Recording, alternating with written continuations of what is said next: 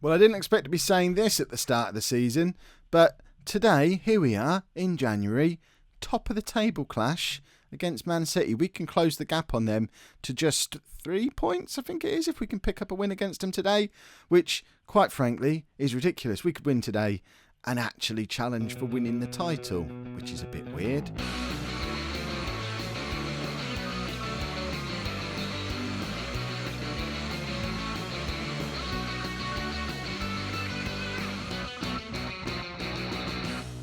Hello and welcome to Season 2, Part 6 of my Everton Save. I'm Kev, and coming up on today's episode, we have a massively important game against Man City, which, of course, we're going to lose, but imagine if we didn't. And then we're a less important game against Yeovil in the FA Cup, because it's the one after the City game. We haven't done any transfer business yet, I don't think. I better check. No, we haven't done any transfer business. See, I mean, it's days since I played this save. We haven't done any transfer business yet. Only a few games have passed since you were last with me. I would have gone to the end of the transfer window ordinarily, but thought, yeah, you kind of need to see this Man City game when we have... I mean, if we beat them, we do have the opportunity to start closing that gap a little bit. Money-wise, we've got £12 million to spend. We're still going to fail financial fair play. So there probably is an argument for sticking some of that in the wage budget to balance that out and not spending any money. But you've met me. You know that's not what we're going to do, especially when we've got so many players away on international duty and we are down to the bare bones in certain positions. So this is the team that we're playing today against Manchester City, and it certainly is not even close to the team I'd play if we had everybody available. Look at all these players we don't have available. Cheju, Benashia, Traore, Ryan, Asombalonga, all away on international duty. A whole bunch of players who would come in at least to the squad to replace them unregistered because we couldn't fit them in the 25. Enner Valencia still injured. It's a bare bones team. If we manage to pull this off today, we deserve to go on and win the title. So, in goal, we have Thomas Didion, a back four of Augustinsson, Van Beek, Rodrigo Chow, and Gajic. And then, this Tom Cleverley's playing, for goodness sake. A midfield of Hendricks, Cleverley, and Hughes, with Asensio in behind Lukaku and De Jong. Ross Barkley, Penny, Fernandes, they're all sat there on the bench, but we're not playing them because, you know, lots of games. They're tired. They're not in great form, to be honest. Fernandes particularly is struggling a little bit at the moment. Cleverley and Hendricks, when they've been in recently, have played pretty well. And I kind of don't want to play against Man City without tacklers in there. So my thoughts are Cleverley, when he plays well, is that ball-winning midfielder. He is really good at it. He's fresh. I don't know. I just have a feeling about Tom Cleverley today, former Man United player. You know, he's going to want to get one over City. Hendricks, yes, he's grumpy, he's unhappy, he wants us to strengthen. The whole team is supporting him. He is dragging the whole team down, but he's going to be good as a box-to-box midfield player, and we've got to have Will Hughes in there as well. Outside of that, it was a coin toss between Asensio, Barkley and Penny for the Trequartista role, and literally was a coin toss, and we went for Asensio on the basis of tossing a coin. So, you know, if that doesn't work, blame fate. We obviously weren't meant to beat them. I know we should be playing Barkley. I know we should. But we've got three players who are very similar, and I'm not sure which one's best out of Barkley, Penny and Asensio. I'm really struggling with that. I want to play all three of them all the time, but there's just no way to get more than one of them into the team on a regular basis, really. We sometimes play one of them back in the midfield three, but generally when we do that, it's at the expense of Will Hughes because he's a very attacking midfield player. And it is difficult. We've got a lot of very creative attacking players in midfield. We don't have that proper tough tackling central midfielder, at least of the standard that we want. Hendricks and Cleverley are both capable of doing the job, but they're not Champions League quality at doing the job. And I think that's the one thing our team's missing. And I guess £12 million isn't enough money to buy that kind of player, if only it was. And I know you're telling me in the comments that we don't need another midfielder. We should be strengthening in other areas, but I can't help but think when we have the first choice 11 out there, then that is the one place where you think, that's a bit iffy. Asensio's in here. Oh, I thought he was going to justify his selection. just turns it wide. We've had 2 clear-cut chances already. We need to start capitalising on these a little bit. I think we might be in danger of being a little bit starstruck against City today. Remember, this is exactly the shape of the game earlier on in the season. When we managed to beat them early on, they absolutely took us apart in the first half, and then we came back and were magic. What was that against Chelsea? We did that against somebody. Now I think about it, I think it might have been Chelsea. It could have been both, but I don't know. We seem to start slowly in these big games. And then hopefully we'll come out all guns blazing in the second half. The problem is we don't have any changes we can make to the front line. And I think De Jong and Lukaku know it. If I could pick just 2 strikers to have available out of the 5 that we've got at the club, these 2 would probably be number 3 and 4. Assombalonga has to be last, even though he's a real-life hero. But I think if I had to pick 2, I'd probably go for Valencia and Traore, just on form this season. And it's not ideal that we've got Lukaku and De Jong, and because they're the only 2 here, they have to play every game. They're tight. Oh, Lukaku's in! Romelu Lukaku is saying, "What are you saying about me, idiot? Look what I can do." And Romelu, I apologise. You've made John Stones look like a mug. He'll be loving that against Everton. And what a calm finish from Lukaku. We are absolutely back in this game, and hopefully the former Everton man at the back for City is going to be a little bit nervy now, thinking, I'm back at Goodison Park again. Don't want to make another silly mistake. Lukaku's already made me look like a silly bear. What if he does it again? He will do it again. He's been given instructions to go and do it again. We've got 20 minutes to go, and we've got a chance here. Right, Hughes, you're off. Ross Barkley's coming on, and he's going on up there. He can make a difference to us going forward. Aside from him, I want to get Penny on as well. I want to get them both in there. But is that silly? Should I actually bring on Fernandes? I think we should. We don't want to go too silly. I'm going to take off Cleverly, put Hendricks back to the ball-winning midfielder, and have Fernandes as box-to-box. So it's a little bit more attacking, but not so silly if we just start bringing on all the attacking midfield players. Because remember, we're not realistically trying to win the league. 1-1 against Man City solidifies us a little bit in a Champions League spot. Is a fantastic result. So we don't want to go nuts trying to win a game that actually a draw's okay in. That being said, I really want to get Penny on the pitch. Who do we bring him on for, though? We're going to bring him on for Hendricks, and it goes against all the nonsense I've just been spouting, and we're going to do that.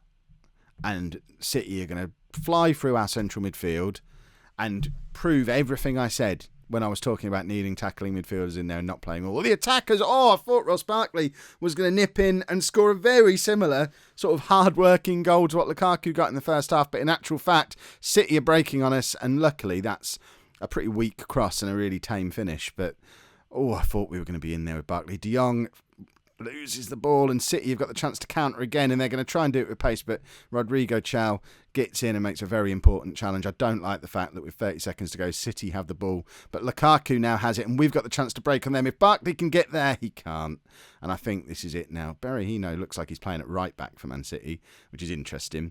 City are coming at us again. It's end-to-end for this last minute or so. Penny's in making a tackle. Bless his cotton socks.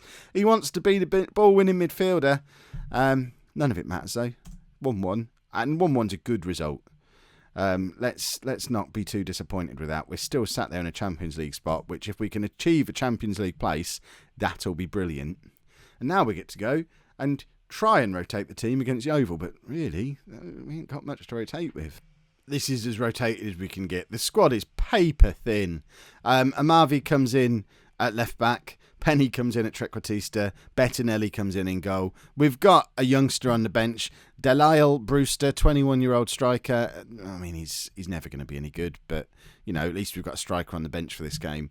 But we just need to beat them this time. This is an FA Cup replay, if I didn't make that clear earlier on, because we were rubbish in the first leg. It was a 3-3 draw away. I think we were 2-0 down, then 3-2 down, and we were lucky, really lucky, to not get knocked out of the FA Cup by Yeovil. Bearing in mind we won this competition last year, we need to get our act together, and I want to win it again. I like winning the FA Cup. We've got a good... De Jong's in after 30 seconds. But me, personally, not necessarily the me from this save, although we have won it in this save, I've got a good FA Cup track record in my time on YouTube. It was always a favourite competition of my Ipswich team.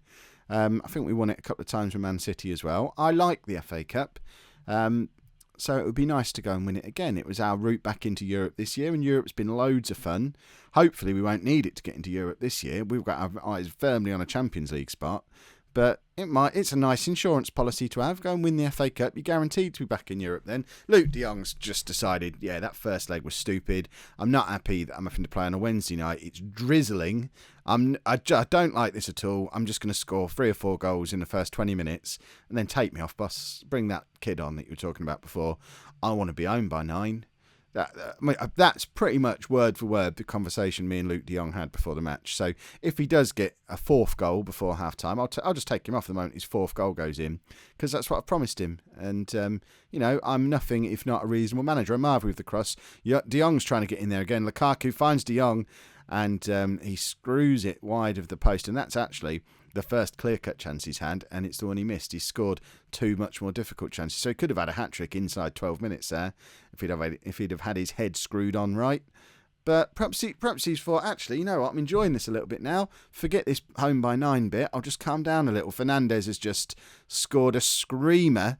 I think their keeper probably could have done a little bit better with that. It seemed like it was right at him, but I think Fernandes has hit it with such pace. I mean, we've passed this a lot. We look like a rugby team passing it across there. And, okay, their keeper was way out of position. It wasn't straight at him at all. It was straight down the middle of the goal because the keeper's positioning was poor.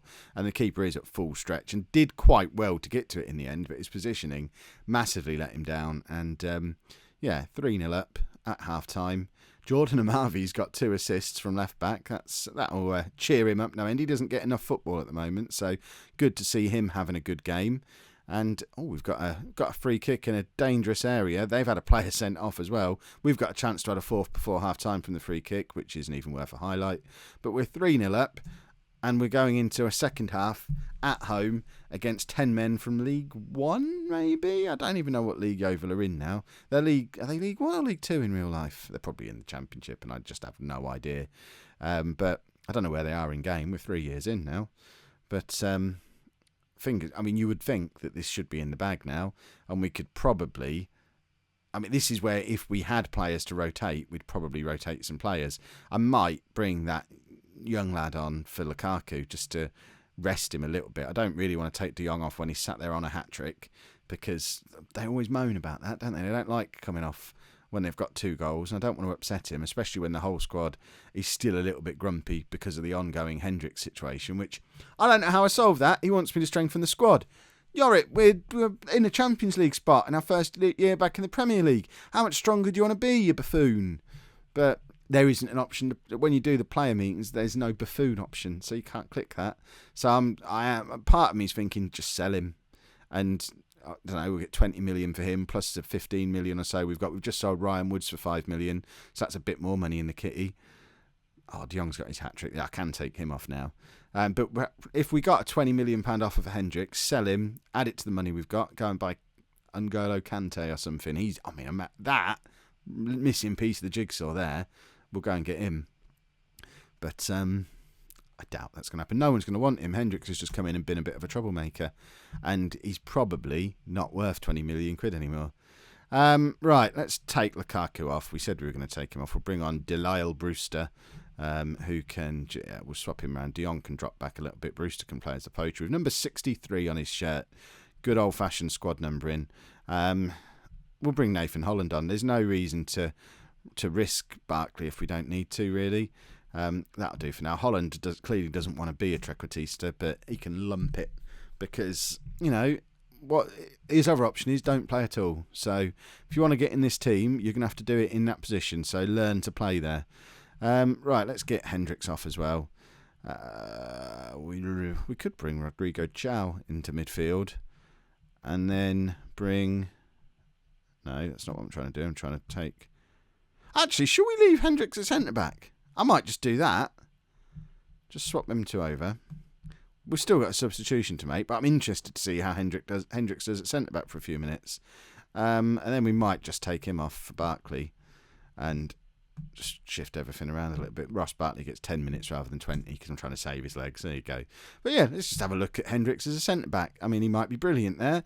He might think, oh, the boss is playing me at centre-back. I'm happy at the club now. 5-0. Ross Barkley, 10th goal of the season. Didn't win the Ballon d'Or, though, did he? He's not all that. He might be able to score against Yeovil on a drizzly Wednesday night with his first touch of the ball, but yeah, he's no Messi, according to illustrious not game journalists. They probably don't vote on it. Football journalists. Is that who does Ballon d'Or? Or just a fella? D'Or himself decides who wins. There you go. 5-0. That'll do nicely. So, we will now go and do the rest of the transfer window. We might even try and get all the way to the Europa League matches now. Oh, how interesting is that match? We might just forget about the Europa League until it gets interesting. I'll figure something out. Let's call it a surprise. If you've enjoyed that, make sure you pop a like on there for me. Subscribe to the channel if you'd like to see more. And thank you very much for watching.